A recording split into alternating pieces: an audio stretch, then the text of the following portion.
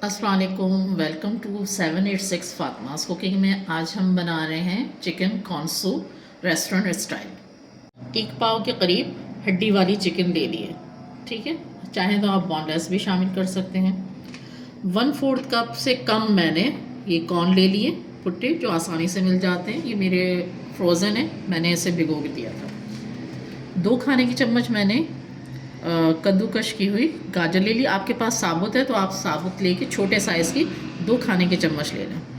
एक छोटे साइज़ की प्याज को काट लें, अगर छोटे साइज़ की नहीं है तो एक बड़ी में आधी करके काट सकते हैं। और आधा खाने का चम्मच मैंने नमक ले लिया। लहसुन मैंने 2 कलियां ली थी जिन्हें मैंने छील के रख लिया। इसमें 6 कप पानी डाल रही हूँ।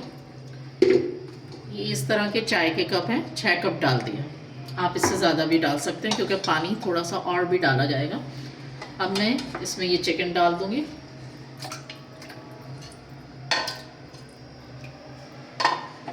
साथ ही इसमें ये कॉर्न भी चले जाएंगे और ये नमक भी डाल देंगे, ठीक है। ले लिया मैंने, इसकी मैं पोटली बनाऊंगी ताकि हमें छानने में आसानी हो। तो इसी में हम गाजर भी रख देंगे और ये प्याज भी डाल देंगे ताकि छानने में हमें दुश्वारी ना हो। और हम इसकी पोटली बना लेंगे।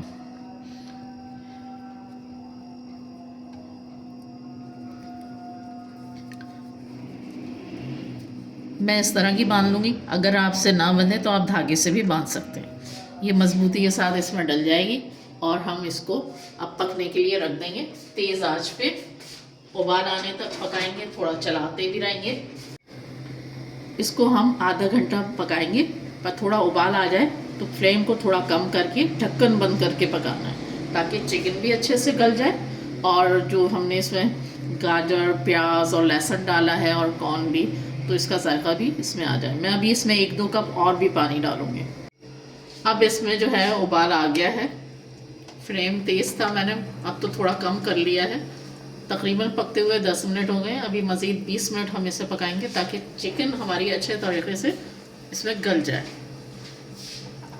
ताकि सूप के जायके के लिए ज़रूरी है कि चिकन भी अच्छी टेंडर हो और जो अज़ा है उनका भी सही से, जो सूप में अर्क है वो सही से आ जाए। इसको अच्छे से पकाएंगे ताकि जब हम सूप पिए तो बहुत मज़ेदार बने। अच्छा, मैंने इसमें मज़ीद 2 कप और पानी डाल दिया था तो ये पक रहा है। अब हम ये करेंगे कि ये जो हमारी पोटली है इसको निकाल लेंगे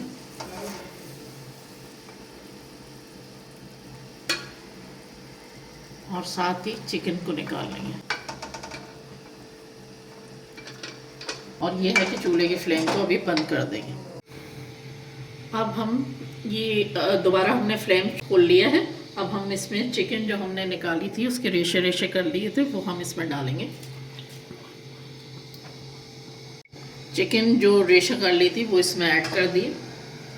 साथ ही इसमें जाएगा 1 चाय का चम्मच काली मिर्च का पाउडर और इसको पकने देंगे कि उबाल आ जाए। साथ ही हम इसमें नमक हमने पहले भी डाल दिया था, अब मज़ीद हम और डालेंगे, आधा चम्मच डालेंगे और फिर जायके को चखेंगे क्योंकि अभी हम इसमें और चीज़ें भी ऐड करेंगे। तो नमक अभी कम डाला है, अपने जायके के मुताबिक देख कर डालते रहेंगे। अब यहाँ पे हमने 4 खाने के चम्मच कॉर्नफ्लोर ले लिया था। अब इसको हम थोड़ा सा घोल लेंगे और ऐसे घोलेंगे कि लम्स ना रहें। और जब आप डालें तो दोबारा इसको चला के डालिएगा तो ये फ़ौरन थोड़ी देर में बैठ जाता है। थोड़ा सा इसमें हम पानी और ऐड कर लेंगे। ये हमारा लिक्विड तैयार हो गया है। इसको मैंने दोबारा चला रही हूँ कॉर्नफ्लोर को और अब इसमें हम थोड़ा थोड़ा करके डालते जाएंगे और चलाते जाएंगे।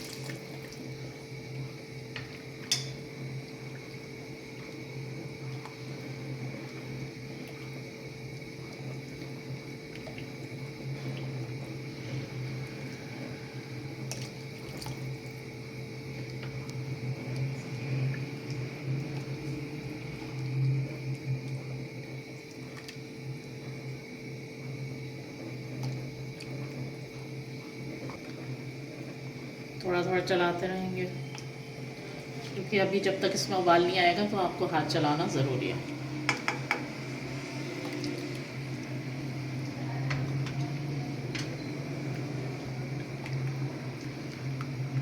अभी साथ ही मैं इसमें एक चिकन क्यूब डाल दूंगी ताकि ये भी इसमें अच्छे से घुल जाए। अब इसमें मैं 2 खाने की चम्मच सोया सॉस डालूँ। 2 खाने की चम्मच मैंने विनीगर डाल दिया और 2 खाने की चम्मच मैंने चिली सॉस डाल दिया। हमने इसको गाढ़ा करने के लिए ही कॉर्नफ्लोर डाला है। थोड़ा ठंडा होगा तो ये और ज़्यादा गाढ़ा हो जाएगा। अगर आपको थोड़ा ज़्यादा गाढ़ा पसंद है तो आप 1 चम्मच इसमें कॉर्नफ्लोर और मिक्स कर सकते हैं। एक अंडा ले लिया, इसको मैं फेंट लूँगी। अब ये तैयारी पे है, लास्ट में बस ये डलेगा। ये एक हरी मिर्च ले ली थी, इसको मैंने काट लिया था। अगर आपको ज़्यादा स्पाइसेस पसंद है तो आप ज़्यादा डाल दें और फिर इसको हल्का सा चला दें। अब ये हमारा मुकम्मल तौर पर तैयार है। अब लास्ट में हम इसको थोड़ा सा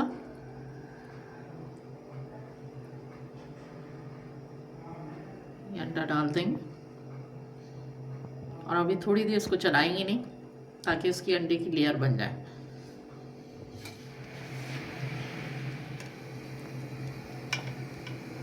अब तकरीबन इसकी लेयर बन चुकी है तो इसको हल्का हल्का सा चलाएंगे।